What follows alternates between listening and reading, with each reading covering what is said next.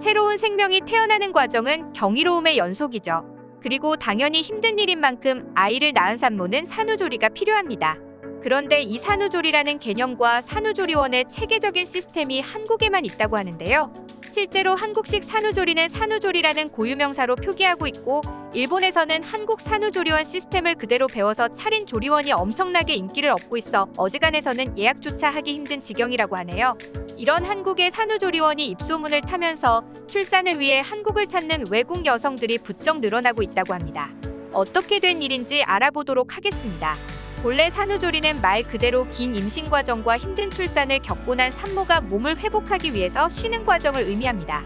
물론 외국에서도 산모가 일정 기간 쉬어야 한다는 인식이 있어서 포스트 네이틀 케어 혹은 포스트팔텀 케어라는 단어가 있기는 하지만 실제로 입원하는 기간은 며칠 되지 않고 음식도 거의 일반식이라 몸이 회복되는 데에는 결코 충분하지 않은 수준이라는 지적이 있죠.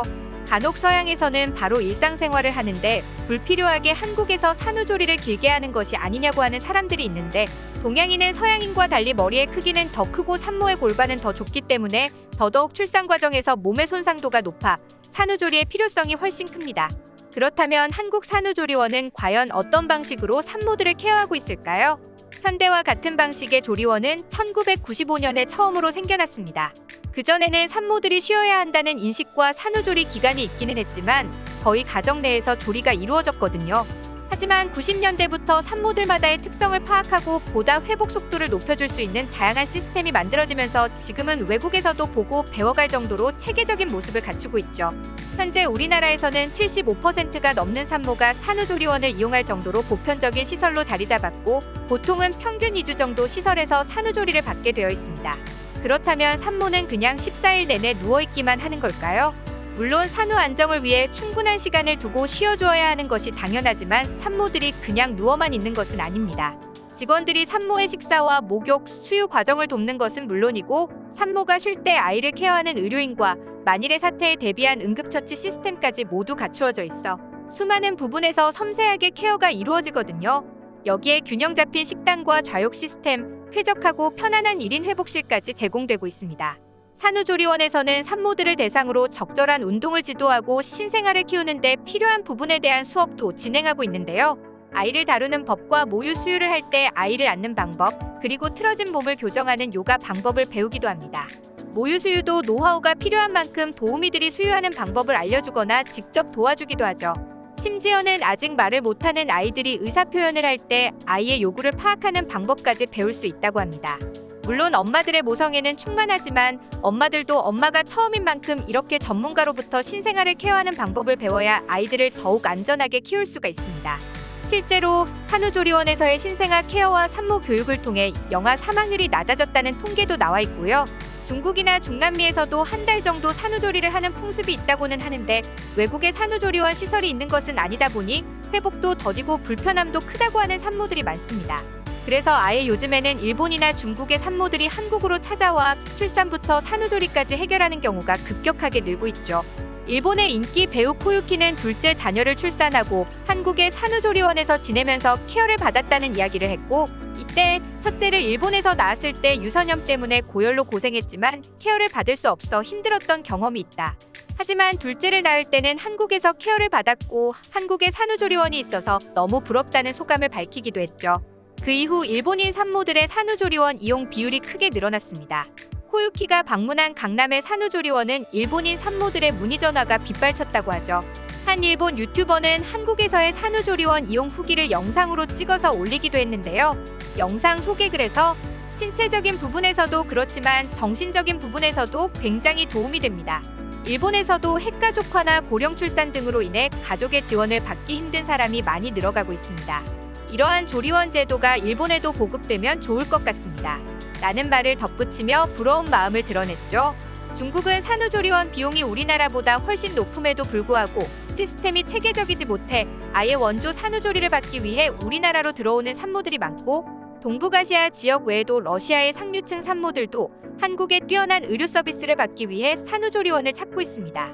실제로 러시아 석유 재벌가의 딸이 부산의 산후조리원에 방문하기도 했다고 알려져 화제가 되기도 했는데요. 특히 러시아 산모들은 요가나 마사지에 대한 추가 비용을 스스럼 없이 지불하면서 한국 산후조리원의 서비스를 아낌없이 누리고 돌아간다고 하네요. 유튜브에서도 한국의 산후조리원에 대한 외국인들의 반응을 찾아볼 수 있습니다.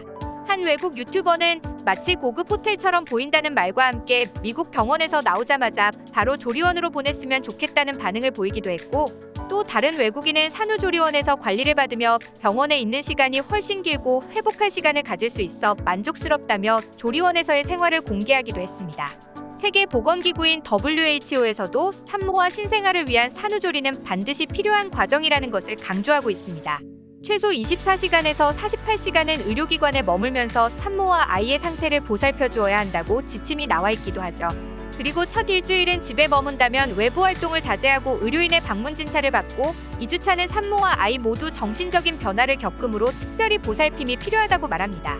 결국 한국 산후조리원에서의 14일 케어 과정은 WHO에서도 권장하는 수준을 지키는 것이라고 할 수 있죠. 외국에서는 아직도 우리나라의 전통적인 산후조리와 비슷한 방식으로 산모와 아이를 케어하는 산후관리사를 부르는 경우가 대부분이라고 합니다. 정해진 시간을 두고 출퇴근하는 경우도 있고 입주를 하는 경우도 있죠.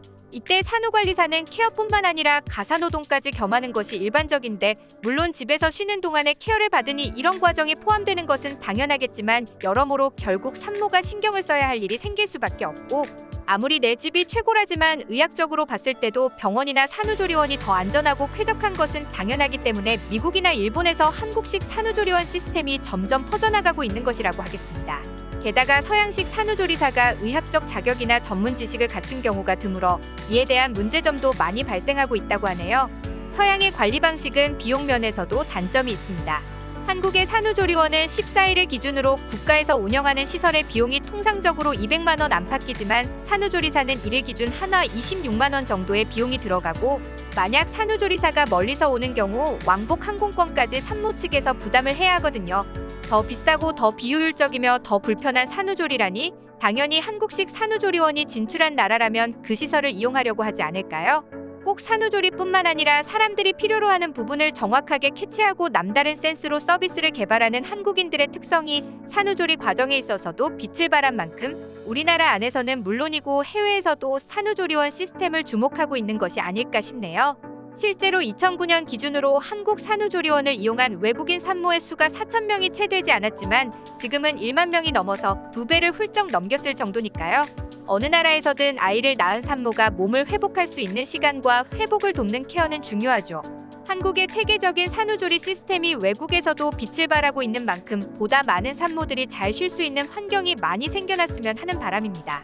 지금까지 한국의 산후조리원의 해외 반응을 살펴봤습니다. 여러분의 소중한 의견을 남겨주세요.